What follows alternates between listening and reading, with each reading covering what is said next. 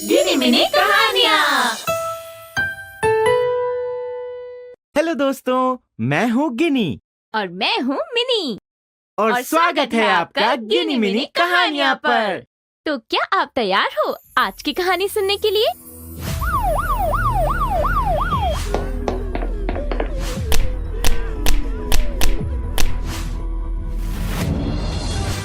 Corona virus ने कई देशों में मचाया हाहाकार। देश में कोरोना मरीजों की संख्या बढ़ रही है। लॉकडाउन और भुखमरी के कारण मजदूरों ने पकड़ा अपने घर का रास्ता। ट्रेन, बस सभी बंद होने के कारण कैसे घर वापसी कर पाएगा प्रवासी मजदूर?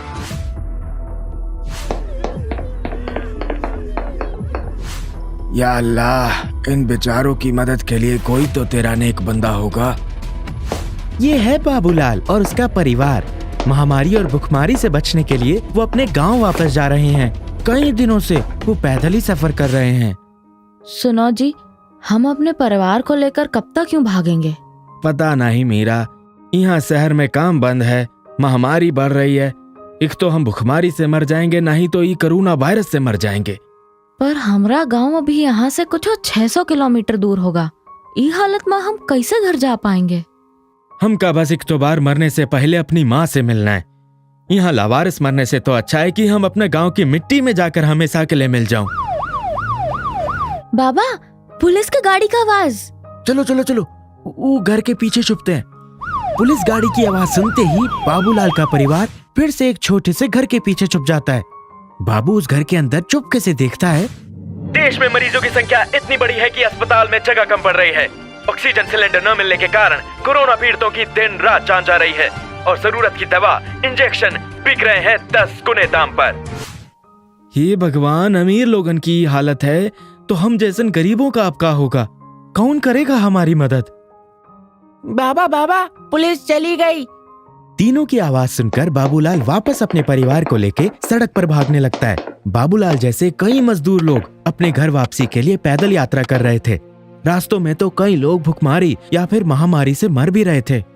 बाबा, हमको बहुत भूख लगी है और अब इससे आगे नहीं चल सकता हूँ। हमारे पैरन में दर्द हो रहा है। तीनों की हालत देख बाबूलाल और उसका परिवार एक पेड़ के नीचे रुक जाते हैं और बाबूलाल दीनू के पैरों को देखता है। उसके पैरों में छाले पड़े थे। अरे, इसके पैरों में तो छाले पड़े हैं। माँ, बहुत दर्द कर रहा है पैर। अब मामा और आगे नहीं चल सकता। हमको भूख लगी, माँ कछु खाने को दो। मीरा अपनी गठरी खोलती है। उसमें खाने के लिए कुछ नहीं होता। बाबू सारी बात जानता था, इसलिए वो दोनों दीनू को झूठी तसल्ली देते हैं। बेटा दीनू, हमरे कंधे पर बैठ जाओ, हम तुमका अपने कंधे पर ले चलता हूँ। और थोड़ी दूर चलो, वहाँ एक बहुत अच्छी खाने की दुकान है। हाँ बिटुआ, हम सब वहाँ मिलकर खाना खाएंगे। हाँ, दीनू उनकी बात मान जाता है और सब परिवार फिर से अपनी यात्रा पर निकल पड़ते हैं। कुछ दूर चलने पर उन्हें एक आदमी मुफ्त में खाना बांटने वाला मिलता है, लेकिन वहाँ पहले से ही बहुत भीड़ होती है। लागत है कोई भला आदमी वहाँ खाना बांट रहा है। हाँ जी, जाओ जल्दी से हमरा बच्चों को कछु खिला कर लाओ। बाबूलाल दीनू को अपने कंधों से उतारकर भागते हुए खाना लेने जाता है। भीड़ में किसी तरह बाबूलाल खाने के कुछ पैकेट ले लेता है। फिर सब परिवार वो खाना खाकर वापस अपने गांव के लिए निकल पड़ते हैं। चलते चलते रात हो जाती है। रात में वो एक जगह पर अपना बसेरा कर लेते हैं। अरे मीरा, लागत है हमरे पैरों में भी छाले पड़ गए, उसमें से भी खून निकल रहा है। मीरा वो देखकर अपनी गठरी से साड़ी निकालती है। उसके कुछ हिस्सों को फाड़कर वो अपने पति के पैरों में बांध देती है। तीनू और अनु सो जाते हैं, लेकिन बाबूलाल और मीरा को नींद नहीं आती। देर रात बाद बाबूलाल की तबीयत अचानक बिगड़ जाती है। हमारा बदन आज थोड़ा दर्द कर रहा है। हाँ, आपको तो बहुत तेज बुखार है जी।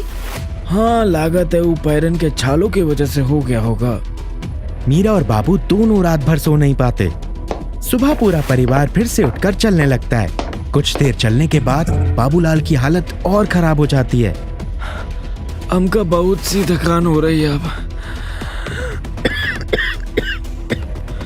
और अब तो सांस लेने में भी दिक्कत हो रही है।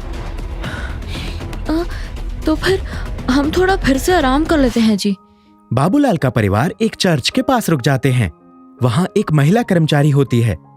वो दूर से ही बाबूलाल और उसके परिवार को देखकर न जाने किसको फोन करती है। हाँ, एक प्रवासी मजदूर का परिवार लग रहा है। जी जी हाँ, वो चर्च के पास ही हैं। आप जल्द यहाँ आ जाएं। चर्च के पास बाबू का परिवार आराम करने लगता है। दोनों बच्चे भूखे होते हैं, लेकिन अपने पिताजी की हालत देखकर वो कुछ नहीं बोलते। थोड़ी देर रुकने के बाद अचानक मीरा की भी तबीयत बिगड़ जाती है। सुनिए जी, हमका भी कुछ अजीब सा हो रहा है। लागत है हमका भी बुखार चढ़ने लगा है। अब मीरा और बाबूलाल दोनों की तबीयत खराब हो जाती है। ना वो कुछ बोल पा रहे थे और ना ही उठने की हिम्मत जुटा पा रहे थे। अपने माँ बाप की ये हालत देखकर बच्चे बहुत डर जाते हैं। बाबा उठिए ना, क्या हुआ आपको? हमको अपने गांव जाना है ना। चलो चलो जल्दी, नहीं तो पुलिस आई तो हमका डंडा मारेगी बाबा। हाँ बाबा चलिए उठे ना, चलते हैं। अब हम अपना गांव जाकर ही रुकेंगे, चलिए। हाँ बाबा, और हम अब कच्चू खाने को भी नहीं मांगेंगे।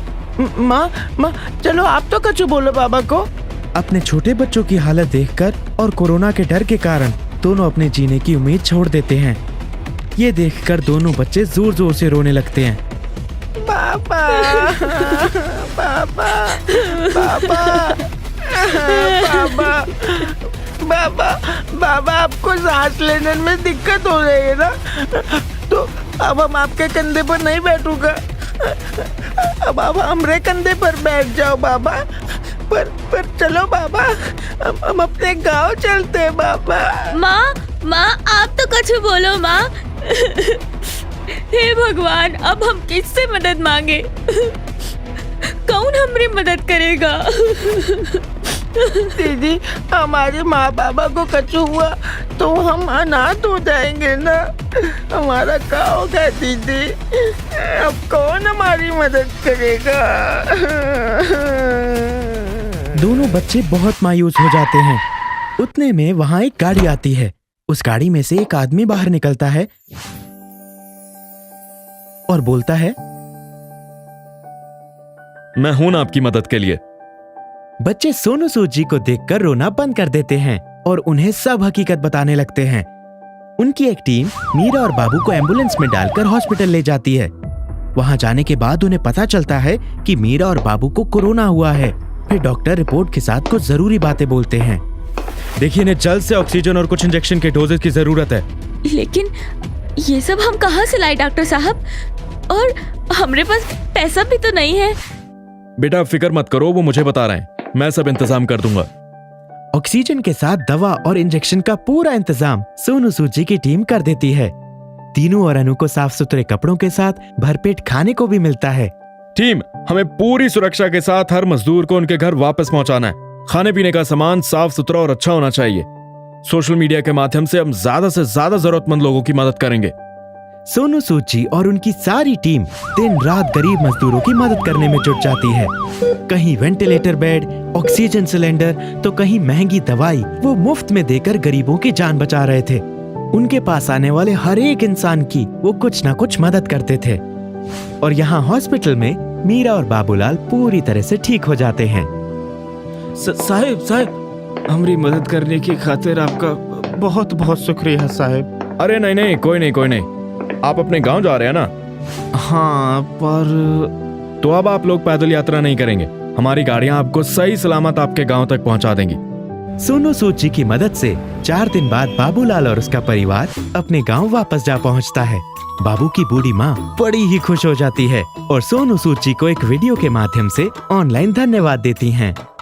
सोनू बेटा, तुम्हारे कारण मेरा बेटा और उसका परिवार आज घर वापस आया है। तुम मसीहा हो। भगवान तुमका हमेशा सलामत रखे। आज तुम ना होते तो जय बूढ़ी माँ बेसहारा हो जाती।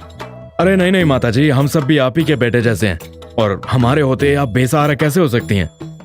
सोनू सूद जी की मदद से कई गरीब मजदूर अपने गांव, अपने परिवार के पास सुरक्षित वापस आए थे।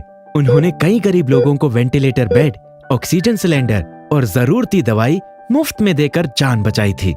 उसी तरह बाबूलाल का परिवार भी अपने गांव सुरक्षित आया था और अब सब मिलकर अपने घर में बैठकर न्यूज़ देख रहे हैं। जी हाँ, गरीब मजदूरों के मसीहा बने सोनू सूद, जिन्होंने कई जिंदगियां बचाई, गरीबों का मुफ्त में इलाज करवाया। इस लॉकडाउन में भी मजदूरों को अपने गांव वापस भेजा। उसी के साथ सोनू सूद करेंगे अब गरीब बच्चों की पढ़ाई में भी मदद। जी हाँ, आज भी इस मसीहा की गरीबों को मदद जारी है। इस कहानी से हमें ये सीख मिलती है कि सोनू सूद जी जैसे ही मसीहा बनकर अगर हम सब भी जरूरतमंद लोगों की मदद करें तो हम जल्द ही ऐसी कठिन परिस्थिति से बाहर आ सकते हैं। ऐसी ही रोमांचक कहानियाँ देखने के लिए अभी सब्सक्राइब कीजिए हमारे चैनल गिनी मिनी कहानियाँ को और प्रेस कीजिए बेल आइकन ताकि आप कोई भी नोटिफिकेशंस मिस ना करें। और हाँ, अपने दोस्तों के साथ शेयर करना ना भूलें।